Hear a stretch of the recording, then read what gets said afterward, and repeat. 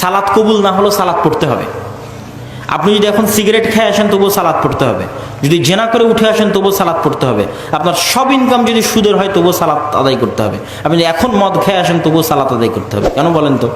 এই জন্য যে আপনি যদি ওই সিগারেট খাওয়ার পরে বলেন যে 40 দিন তো ইবাদত কবুল হবে না, একবার মদ পান করলে, মদ পান করে বললেন যে আল্লাহ রসুল বলেছেন একবার মদ পান করলে 40 দিন ইবাদত কবুল হবে না, তা 40 দিন নামাজ পড়ে আর কি লাভ? দুইটা সমস্যা, এক সালাত ছেড়ে দেওয়ার গুনাহ হবে, আর ওই যে মদ খাওয়ার গুনাহ হবে। ঠিক আছে, এবার সালাত পড়লে কি হবে? যেহেতু আপনার সালাত কবুল হবে না, সেহেতু সালাত আদায়ের কোনো নেকি আপনি পাবেন না, কিন্তু সালাত ছেড়ে দেওয়ার গুনাহ থেকে বেঁচে যাবেন। আল্লাহু আকবার। এটাই ইবনুল কাইয়িম রাহিমাহুল্লাহ লিখে গেছেন তার বইয়ের মধ্যে, এবং এটাই সকল আলেম ওলামা একমত পোষণ করেছে যে যত বড় পাপই হোক, সালাত ছেড়ে দেওয়ার চেয়ে বড় পাপ দুনিয়াতে নেই, যত বড়।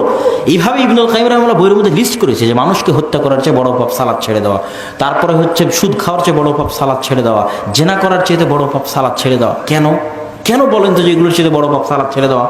এই জন্য যে এগুলো হচ্ছে নিষেধাজ্ঞা, আর এটা হচ্ছে আদেশ। একটা স্কুলে ভর্তি হলে স্কুল বলে যে মোবাইল ব্যবহার করা যাবে না, এই চুল এভাবে থাকতে হবে, ড্রেস এভাবে পরতে হবে, এই এই এই এই এগুলো হচ্ছে নিষেধাজ্ঞা। মূল কাজটা হচ্ছে কি করতে হবে? ক্লাসে এসে পড়তে হবে। সব নিষেধাজ্ঞাগুলো মানে বসে আছে, কিন্তু ক্লাসে যায় না। কোনো লাভ আছে? কোনো লাভ নাই। তাহলে ক্লাসে অনুপস্থিত থাকা বড় অপরাধ, না ওই ভিডিও মোবাইল চালানো স্কুলে বড় অপরাধ? ক্লাসে অনুপস্থিত থাকা সবচেয়ে বড় অপরাধ। এটা আল্লাহর একমাত্র আদেশ মুসলমানদের জন্য, একমাত্র। আর কোনো আদেশ আল্লাহ দেয়নি। আপনি দেখাতে পারবেন না যে আর কোনো আদেশ জরুরি ভিত্তিতে আপনাকে প্রতিদিন করতে হবে। একটা ফরজ কাজের কথা বলেন তো, যেটা জরুরি ভিত্তিতে প্রতিদিন আপনাকে করতে হবে, বলেন না। সালাত ব্যতীত একটা ফরজ কাজের কথা বলেন যেটা প্রতিদিন আপনাকে করতে হবে, জরুরি ভিত্তিতে আল্লাহর আদেশ। কোথায় বছরে একবার রমজান আসে 30 দিন সিয়াম পালন করতে হয়? ধনী না হলে জাকাত দেওয়ার কোনো প্রশ্ন নাই, ধনী না হলে হজ করার কোনো প্রশ্ন নাই। তাহলে কি করতে মুসলমান হয়েছেন? কেন মুসলমান হয়েছেন বলেন? হিন্দু থেকে যে মুসলমান হলেন কি করতে? সালাত আদায় করতে। এই একটা কাজ করার জন্য মুসলমান হয়েছে, আর কোনো কাজ নাই। তাহলে যে সালাত আদায় করলো না, ও আর সকল গুনাহের চেয়ে বড় কাজ করলো। অতএব অষ্টধাতু পড়ে থাকলেও কবুল না হলেও সালাত আদায় করতে হবে, তবে অষ্টধাতু পরিধান করা শিরিক, এবং অষ্টধাতু পরিধান করে মারা গেলে শিরিকের উপর মারা যাবে, আর শিরিকের উপর মারা গেলে জান্নাতে যাওয়া কঠিন। আর একটা ভুল ধারণা আপনাদের ভেঙে দিই, আল্লাহ সুবহানাহু ওয়া তাআলা সকল গুনাহ ক্ষমা করতে পারে, শিরকের গুনাহ ক্ষমা করতে পারেন না। এটা কিয়ামতে। দুনিয়াতে আল্লাহ সব গুনাহ ক্ষমা করবে যদি মানুষ ক্ষমা চায়।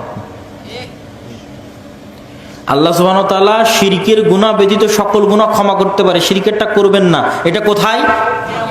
কোথায়? আর দুনিয়াতে যতক্ষণ শ্বাস আছে ততক্ষণ ক্ষমা চাইলে সব গুনাহ ক্ষমা করবে, শিরকের গুনাহ ক্ষমা করবে। সবাই তো মুশরিক থেকে মুসলমান হয়েছে। আল্লাহ রাসূলের যুগে সবাই কি থেকে মুসলমান হয়েছে? মুশরিক থেকে মুসলমান হয়েছে। আজকেও যতজন মুশরিক থেকে কি হচ্ছে? মুসলমান হচ্ছে। তাহলে যতক্ষণ শ্বাস আছে ততক্ষণ সব গুনাহ ক্ষমা হবে। শ্বাস বন্ধ হয়ে যাওয়ার পরে অন্য গুনাহগুলো আল্লাহ চাইলে দয়া করে ক্ষমা করে দিতে পারে। আল্লাহ আপনাকে ডাকে বলবে যে তুমি এই কাজ করেছো, আল্লাহ এগুলো তো সবই করেছি, বলে যাও দুনিয়াতেও গোপন রেখেছিলাম, কিয়ামতেও গোপন রাখলাম, কেউ ঠেকানোর আছে? তাহলে অন্য গুনাহ আপনি তওবা না করলেও আল্লাহ কিয়ামতের মাঠে নিজের দয়ায় ক্ষমা করতে পারে। কিন্তু আপনি তওবা না করলে কোন গুনাহটা ক্ষমা করবে না কিয়ামতের মাঠে? শিরকের গুনাহটা ক্ষমা করবে না।